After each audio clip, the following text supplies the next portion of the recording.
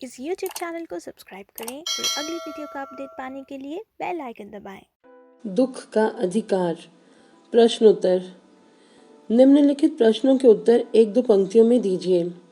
किसी व्यक्ति की पोशाक को देखकर हमें क्या पता चलता है? तो इसका उत्तर होगा किसी व्यक्ति की पोशाक से समाज में उसके स्तर और अधिकारों का पता चलता है। साथ ही वे व्यक्ति गरीब वर्ग का है या अमीर वर्ग का, ये भी पता चलता है। दूसरा प्रश्न है, खरबूजे बेचने वाली स्त्री से कोई खरबूजे क्यों नहीं खरीद रहा था? तो इसका उत्तर होगा खरबूजे बेचने वाली स्त्री घुटनों में सिर छुपाए फफक फफक कर रो रही थी, और क्योंकि उसके बेटे की मृत्यु हो गई थी, जिस कारण लोग उसे अपवित्र मानकर या सूतक लगा हुआ मानकर लोग उससे खरबूजे नहीं खरीद रहे थे। थर्ड क्वेश्चन है, उस स्त्री को देखकर लेखक को कैसा लगा? उस स्त्री को देखकर लेखक के मन में उसके दुख का कारण जानने की इच्छा जगी।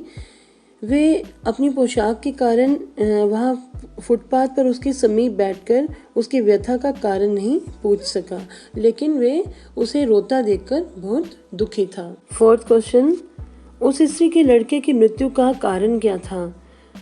तो उस स्त्री के लड़के की मृत्यु का कारण सांप का डंसना था। बुढ़िया को कोई भी उधार क्यों नहीं दे रहा था? फिफ्थ क्वेश्चन, बुढ़िया के परिवार का एकमात्र कमाने वाला बेटा मर चुका था। घर में जो कुछ भी था वे उसके अंतिम संस्कार में चला गया, दान दक्षिणा आदि में चला गया। तो बेटे के नहीं रहने से अब उसे कोई उधार नहीं देता था, क्योंकि लोगों को पैसे वापस पाने की उम्मीद नहीं थी। प्रश्न उत्तर का सेकंड पार्ट है, निम्नलिखित प्रश्नों के उत्तर 25-30 शब्दों में लिखिए। तो इसमें पहला प्रश्न है, मनुष्य के जीवन में पोशाक का क्या महत्व है? तो आप देंगे कि समाज में मनुष्य को प्रायः उसकी पोशाक से पहचाना जाता है, उसके वस्त्रों से पहचाना जाता है। तो पोशाक से उसका दर्जा निर्धारित होता है कि वह अमीर घराने का है या गरीब तबके का, और उसे सामाजिक अधिकार भी उसकी पोशाक के कारण मिलते हैं। लोग उसकी रिस्पेक्ट भी जो करते हैं उसकी, या फिर डिसरिस्पेक्ट करते हैं उसकी पोशाक के कारण ही। तो सेकंड प्रश्न है इसमें, पोशाक हमारे लिए कब बंधन और अड़चन बन जाती है? तो जीवन में ऐसी परिस्थितियां आती हैं कभी कभी कि जब हम चाहकर भी दुखी व्यक्ति के दुख और व्यथा के प्रति संवेदना व्यक्त नहीं कर सकते। हमारी महंगी पोशाक या अच्छी पोशाक देखकर गरीब दुखी व्यक्ति हमसे नहीं खुलता या हमसे अच्छी तरह नहीं मिल पाता। तो कई बार पोशाक हमें गरीबों के पास जाने से रोकती है। अमीरी गरीबी का भेद पोशाक ही करती है। हम अगर उच्च वर्ग के हैं तो हमारी पोशाक हमें निम्न वर्ग से जुड़ने में बाधक होती है, और इसी तरह गरीबों के साथ भी होता है। थर्ड प्रश्न है, लेखक उस स्त्री के रोने का कारण क्यों नहीं जान पाया? तो इसका उत्तर होगा कि लेखक उस स्त्री की अपेक्षा उच्च वर्ग का था। वे गरीब घर की थी और वे उच्च वर्ग का था, अमीर घर का था, और उसकी पोशाक दोनों के बीच में बाधा बन गई। वे उस स्त्री के दुख से दुखी था, लेकिन वे अपनी भावना प्रकट नहीं कर पाया या नहीं कर सका, क्योंकि उसकी पोशाक अर्थात जो उसकी वेशभूषा थी वे आड़े आ रही थी। उसे समाज का कहीं ना कहीं डर था कि अगर वे उस स्त्री के दुख को जानने का प्रयत्न करेगा तो लोग क्या सोचेंगे। नेक्स्ट है इसमें, भगवाना अपने परिवार का निर्वाह कैसे करता था, मतलब गुजारा कैसे करता था?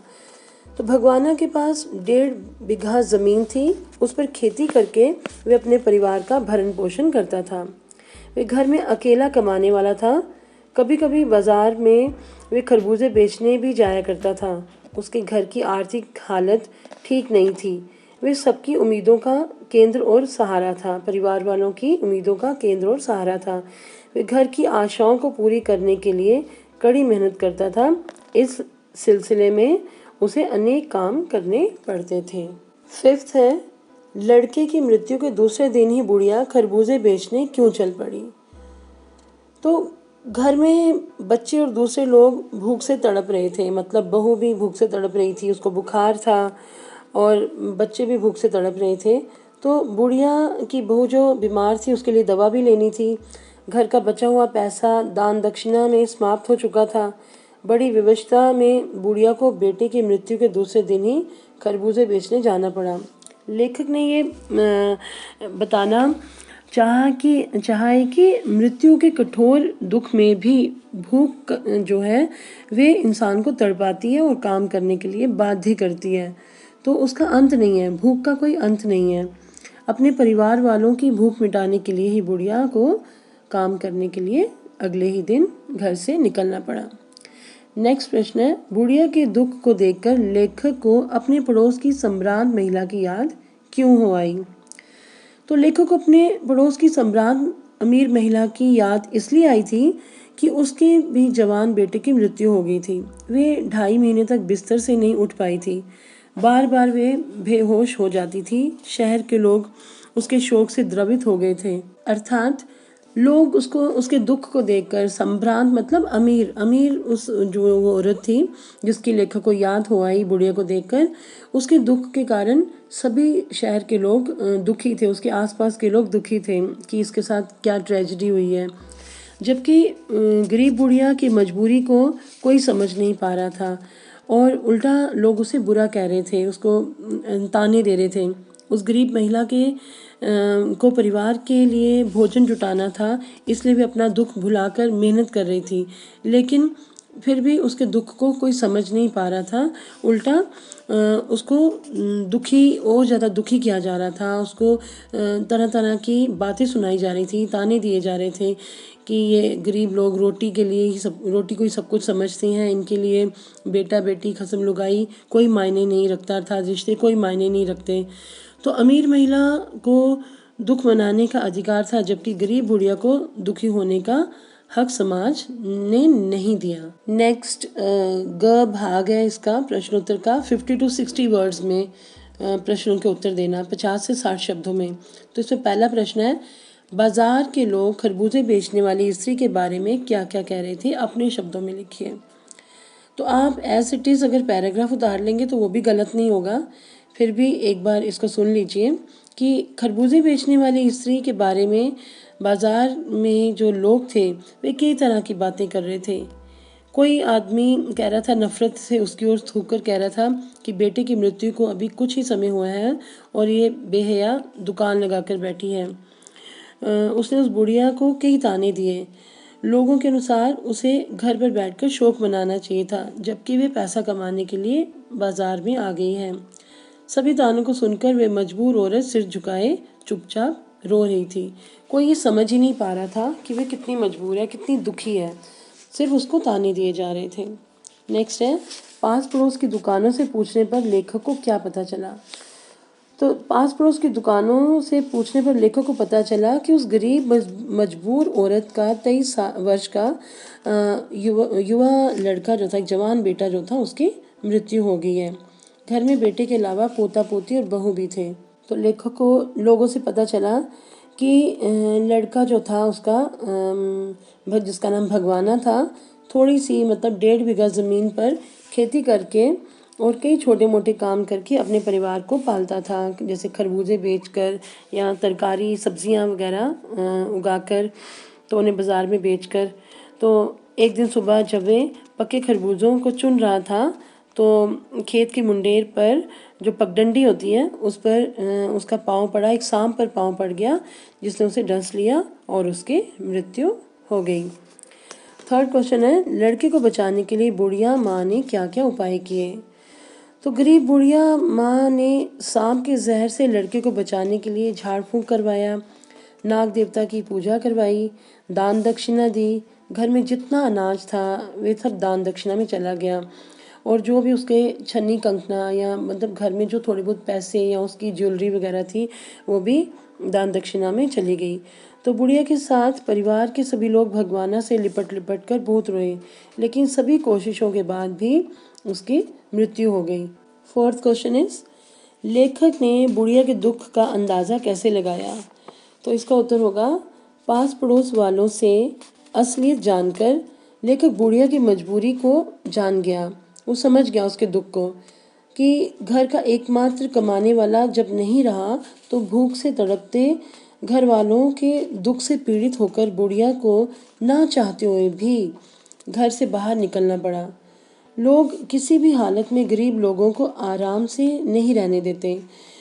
बुढ़िया के दुख को ना समझकर वे लोग उसे भला बुरा कह रहे थे। लेखक जानता था कि अमीर लोग अपने दुख का प्रदर्शन करते हैं, उन्हें काम नहीं करना पड़ता, वे कई दिनों तक दुखी रहने का दिखावा कर सकते हैं। लेकिन जब बुढ़िया की बात आई तो बुढ़िया जैसे गरीब वर्ग के लोग जो हैं वे अपने बड़े से बड़े दुख को भुलाकर मेहनत मजदूरी करते हैं। ये बात लेखक की समझ में आ गई थी। तो नेक्स्ट प्रश्न है, इस पाठ का शीर्षक दुख का अधिकार कहाँ तक सार्थक है, स्पष्ट कीजिए।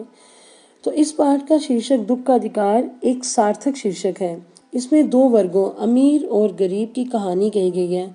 अमीर अपने छोटे से छोटे दुख का भी दिखावा करते हैं, जबकि गरीब वर्ग को अपने दुखों को मन में ही दबाना पड़ता है। समझने की बात है कि दुख अमीर या गरीब किसी को भी हो सकता है, किसी को भी दुख का सामना करना पड़ सकता है, चाहे वो अमीर हो या गरीब हो। लेकिन हमारा समाज ऐसा है जहाँ पर दुख मनाने का अधिकार केवल अमीर वर्ग को ही है। इसलिए ये शीर्षक बिल्कुल ठीक और उपयुक्त कह सकते हैं, यह सटीक है।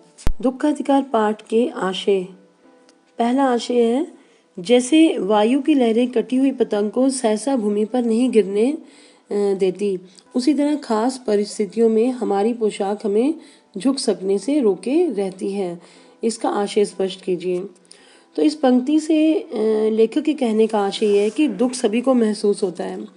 अमीर लोग जहाँ खुद को हमेशा ऊंचे सिंहासन पर रखते हैं और गरीबों को अपने से बहुत नीचा मानते हैं, ये सामाजिक और आर्थिक ऊंच नीच व्यक्तियों की पोशाक से ही प्रकट होती है। पतंग, डोर और वायु के विशिष्ट अर्थों से विशेष अर्थों से लेखक ये स्पष्ट करता है कि पतंग की डोर मनुष्य की हैसियत है और पोशाक उसकी असलियत। अमीर लोग अपनी महंगी पोशाक के कारण हमेशा आसमान पर रहते हैं, मतलब घमंड में रहते हैं। तो कई बार वे गरीबों के दुख से दुखी होकर चाहकर भी उनके दुख में शामिल नहीं हो सकते। जैसे लेखक अपनी हैसियत से नीचे झुककर बूढ़ी गरीब औरत के दुख में शामिल होना चाहता था, लेकिन जैसे हवा कटी हुई पतंग को नीचे नहीं गिरने देती, वैसे ही लेखक की पोशाक ने उसे गरीब मजबूर जो वो बुढ़िया थी भगवाना की माँ, उसके स्तर पर झुकने नहीं दिया। सेकंड आशय है, इनके लिए बेटा बेटी, खसम लुगाई, धर्म ईमान सब रोटी का टुकड़ा है। तो इन पंक्तियों में बुढ़िया के आसपास घूम रहे लोग उस पर व्यंग्य करते हैं, उसको ताने देते हैं। वे नहीं जानते कि घर का पेट भरने के लिए, परिवार का पेट भरने के लिए बड़ी मजबूरी में वे खरबूजे बेचने आई है, जबकि लोग ये मान रहे हैं कि वे पैसा कमाने के लिए बाजार में आई है। लोग उसे सहानुभूति नहीं देते बल्कि ताने मारते हैं, क्योंकि वे उसकी वास्तविक हालत से बेखबर हैं। नेक्स्ट है, शोक करने, गम मनाने के लिए भी सहूलियत चाहिए और दुखी होने का भी एक अधिकार होता है। तो इस पंक्ति से यह आशय है कि दुखी होने का अधिकार केवल अमीरों को है, गरीब आदमियों के लिए, गरीब इंसान के लिए हमारे समाज में दुख मनाने या की सहूलियत और समय नहीं है, क्योंकि वे रोजी रोटी कमाने के चक्रव्यूह में फंसे रहते हैं। इसलिए ये पाठ ये स्पष्ट करता है कि शोक मग्न होने और अपने दुख का प्रदर्शन करने का हक केवल अमीरों को है। गरीब इंसान को उसकी हैसियत देखकर लोग, हमारे समाज के जो लोग हैं, ये अधिकार नहीं देते।